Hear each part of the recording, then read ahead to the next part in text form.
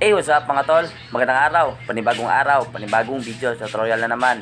Sa araw na to mga tol, ipapakita ko sa inyo kung paano nga ba mag-repair ng starter sa motor.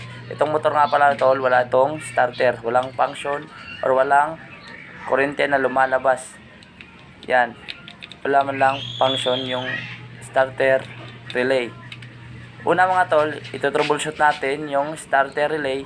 Tatagalan natin lahat ng cover. Tapos, ididirekta natin yung positive ng starter relay papunta sa motor, starter motor.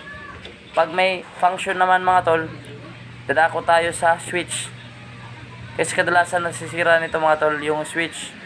Naglo-lost contact. Tara mga tol, simulan natin. This channel contain educational purposes only. Una mga tol, i-check natin yung battery ng motor kung may laman pa ba ang voltahe.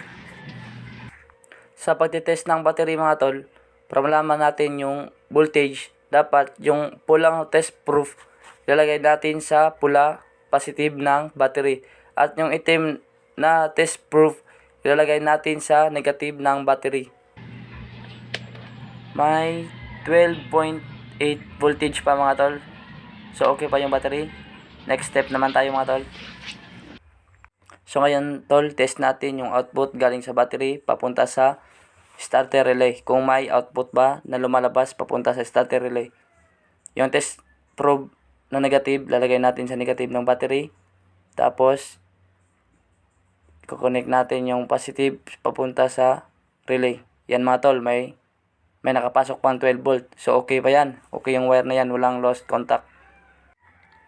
Next step tol, i-direct natin yung positive papunta sa output ng starter motor. Dito tayo mag-troubleshoot sa relay ng motor, starter motor. Okay? Yan. May connection pa mga tol. Yan, tumutunog pa yung starter motor. Okay ba yan? So okay pa sila ang dalawa. So ang problema nito mga tol ay yung switch ng starter. Walang pumapasok na supply galing sa accessories wire ng motor kaya hindi umaandar yung starter ng ating motor. Tayo natin i-test light mga tol kung may positive ba na lumalabas sa positive ng input papunta sa switch ng ating starter. Yan mga tol. Yan, wala. Wala talagang pumapasok mga tol. May lost contact ito or may putol sa ilalim. Yan, wala. Try natin para sure. Try natin tangkasin mga tol. Yan. Yan mga tol, try natin i-test yung itim papunta sa switch ng ating starter. Yung isa, yan.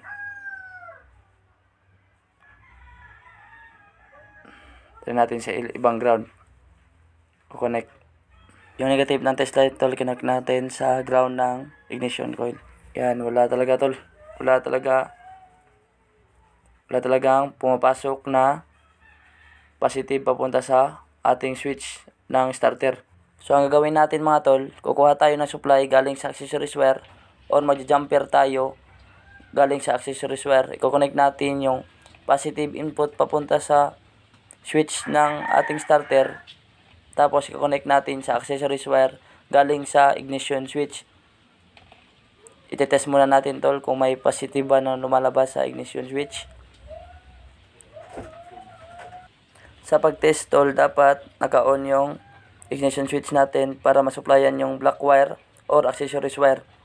Yan. Connect natin yung positive sa test light, yung negative sa body ground. Try natin kung ilaw ba.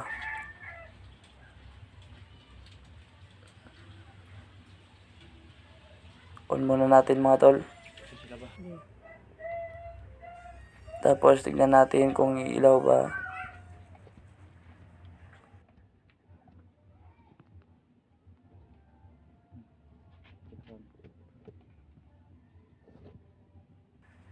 Yan, may ilaw tol. So may supply.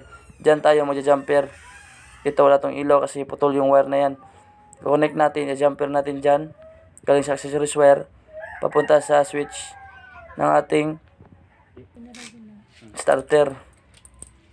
Try natin mga tol.